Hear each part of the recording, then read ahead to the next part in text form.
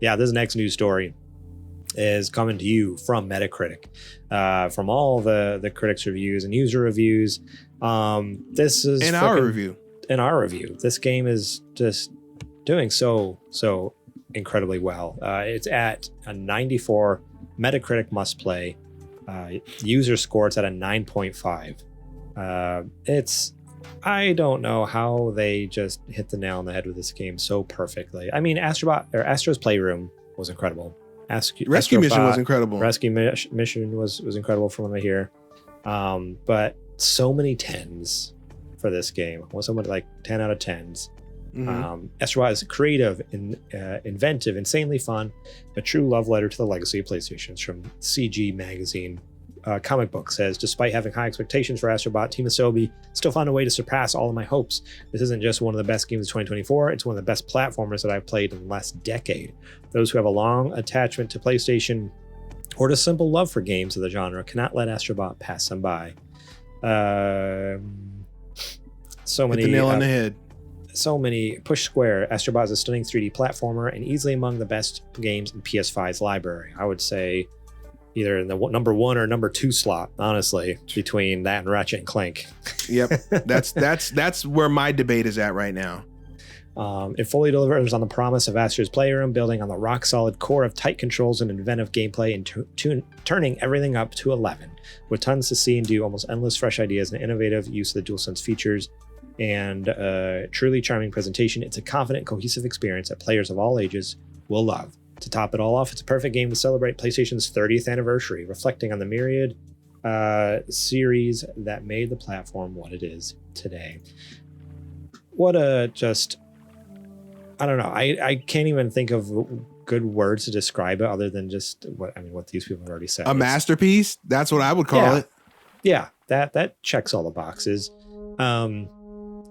It can, like a couple of people have said, like as far as a platformer, it's so tight, controls so well.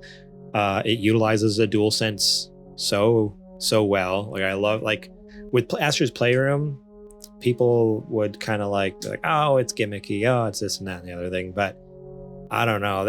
I didn't think that with Astro's Playroom, and even more so with this. I'm like, nah, man. Like they're just actually using the technology that's there. Sony gave you this technology, use it. Like no one else is using it, and Team Asobi is like, okay, we got it. That game completely. That game made me do a 180 on the DualSense. No joke. That is very good. It's incredible, and it showed me just how incredible the DualSense actually is. So, shout out to them, if for nothing else, for that. But the levels in the game, just how inventive they are with the levels. Like nothing to me. I can't think of a time I've come across a level and been like, this again. Like, no, everything is fresh and new, from like not only straight up just a new like biome you're in, whether it's ice or snow or space or whatever. Like there's hundreds of different like themes they're working with, but even the layouts are all so creative. The characters you're running into, the little just environmental characters, if that's what you want to call them. Like, I don't know, like, okay, sometimes now it's monkeys, now it's little pirate dudes, now it's like whatever. Cats. It's just so good. I don't know. You've played more than me, Adrian, so I'd love to hear some of your thoughts, but I can't get over how just perfect this game is. I know we weren't worried leading up to it. Like, I mean, yeah, I wasn't worried, but at the same time, I was kind of like, man, but what if they whiff it? Like, I don't think they will. It would be wild if they did, but what if they do? And then it came out, it's like, oh, yeah, no, I don't know why why even entertain that thought? Because we all knew, like, this is going to be a good game. You gotta also remember, Team Asobi is it's a team full of PlayStation veterans who like made all their greatest hits, you know? So I feel like all that gaming knowledge and know-how, there's no there was a very slim chance that it wasn't going to work out, especially based on their track record. I tweeted a little while ago that this Team Asobi has risen up my ranks at light speed to be like one of the studios to where now that they have this many like certified bangers under their belt, with the most recent of them being like quite possibly one of the best PlayStation games ever. that if I see Team Asobi on something, I don't have to worry about it. I'm just gonna buy it. You know what I mean? It doesn't have to necessarily be Astrobot. They can go off and make something completely different. But because their track record is so good, and I know their standard of quality just from these games alone, if they wanted to make something completely different, as long as it says Team Asobi on there, I'm there. Don't worry about it. They got it, you know? Yeah. Yeah, this game is phenomenal top to bottom. I have quite literally zero complaints about it. And I'm sure I can go in and nitpick it, but things that I feel like would be worth mentioning, I don't have anything to say at this point. This game is just, it's a masterclass in gameplay and using ideas to the fullest and coming up with fresh ideas. It's gorgeous.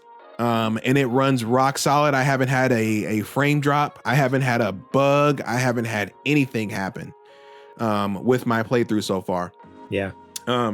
I've been playing it on using remote play on my Steam Deck, and I surprisingly, so I'm not getting the HD or the haptic feedback, like HD rumble of the DualSense, which I think you're missing out on, by the way. The Steam Deck does have rumble, and it does try to emulate it, and it comes pretty close. It's not perfect one-to-one, because I played a little bit on my console, and I'm like, okay, this feels great. There's actually the app that I use for remote play, because there's not a native Steam Deck app, but so what I'm using has you can emulate the HD rumble, and it does a pretty good job. It's actually kind of impressive, honestly, that the Steam Deck's able to keep up. But even just playing on the screen, the screen has HDR, it's outputting on it with HDR and everything on the little screen. I'm like, this is tight. It's honestly, that's the one time even having the PlayStation Portal would be kind of sick. I was gonna say that sounds like a perfect case for you to get the Portal, because it has all the haptics in it. So because that's all I'm missing out on. I got the HDR, I got this smooth, buttery, remote play. It's been phenomenal. But I'm like, it would be sick to be able, which I could just sync a DualSense to my Steam Deck. That is possible to do. Then I just got to figure out where to put my Steam Deck while I'm playing. It's not a TV. There's no stand. No stand. But I've been very, very, very much enjoying it. I want to at some point play on a bigger screen, but I've shocked at how well and how fun it is. I love how each of the levels are little bite-sized levels. So I can just sit down and be let me just knock out a level real quick on my Steam Deck. Knock it out. My kids love watching it. That's the biggest thing too, is so many games I play, it's sorry kids, can't watch this one. Sorry, can't watch Space Marine 2 right now. I'm gonna be that's the goriest game I've played in a long time. The blood and gore in that game is ridiculous. Off the charts. And I'm like, don't watch. And then this popped up. I'm like, okay, come on, guys, let's watch this. All you want. Can play this. Shepard even played. So last week, he saw the trailer for Astrobot. I showed it to him and Griff, and Shep's like, I want to try it. He's 6, almost 7, and I'm like, oh, that game's not out yet, but Astro's Playroom is out. You want to play the first one? He's like, yeah, Dad. And he played that the other day, and he absolutely loved it. So he's excited to play through Astrobot. Kid's got good taste. But I was like, no, you got to finish the first one, then you can play through the new one. Good call. Okay, good call. Right. That gives you time to play the new one. I see what exactly. you're doing. Yeah, it's let me finish up the first one first. I want to enjoy it. Yeah, no, this game is amazing. It, as of right now, I'm about a little over halfway through. I definitely see this as game of the year for me, no question. And I mean, full transparency, this year has been really, I guess, tough, motivation wise to really want to play games and stuff like that. And I think this is the game that has granted it's late in the year, but has brought me out of that funk to want to, really start playing games a lot. There would be games that come out that I would, want to play, and, I enjoy them, but as a whole, I was just man, for the majority of this year, it's just man, I really don't feel sinking my teeth into anything, really long term with games. And this is kind of doing the same thing as Mario Odyssey did, where it's just it's a reminder that of the potential that games have to be, fun, joyous experiences.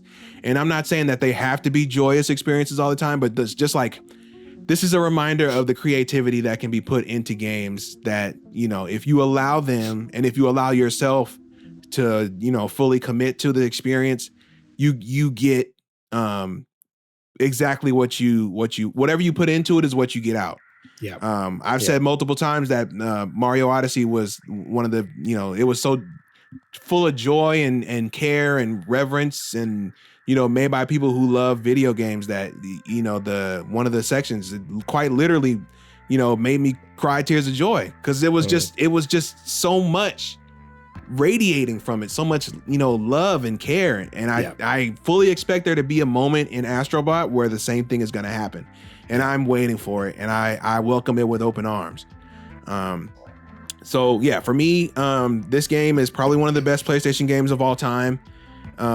It stands shoulder to shoulder with Mario Odyssey for me. And I have no bad things to say about it right now. Congratulations to Team Asobi. You guys have been killing it. This is your best game by far. I can't wait to see where you go, whether it's with or without Astrobot. I am rooting for you guys. I am on your side. So heck yeah. Yeah, obviously I'd love to see more Astrobot, but also I'm like really excited to see, I would love to see something that's different. Because obviously Astrobot, there's only so many times the gimmick, I guess, can be just, you know, finding all the video game characters from old video games, you know, right. Like you don't want to overstay your welcome. Yeah. Like they've done that, you know, a couple times now. So now it's like, all right, not that that's bad. Again, it's been great. And if anything, it's gotten better every time. But it's like, all right, this almost feels like the ultimate, like a Smash Bros. Ultimate experience here. Now we need to do something different. You know, now what's next? How are we going to change it up? Whether it's, you can keep Astrobot, but have like, it needs to be a different catch to the game, you know, or just new IP altogether. But I'm in the same boat as you. I'm so excited to see what they do next. And I'm very, very excited to sink my teeth more into this currently. I'm in no rush to get anything new. Let's just put it that way. I'm in no rush to get anything new, but I am excited to see what's coming next because of how good this has been so far. So, yep. I'm in no rush to beat this game, but I can't stop playing. So I might just end up beating it faster than I expected. Thank you so much for watching that clip from our podcast. Remember, if you want to watch the full episode, link will be in the description below. You can click on that and check it out. We got listener questions. We got more news segments. We got what you playing. We got a lot of fun things. So yeah, more than just the news. There's a lot more to the show that you should go check out. So remember, click that link in the description. Check out that full episode.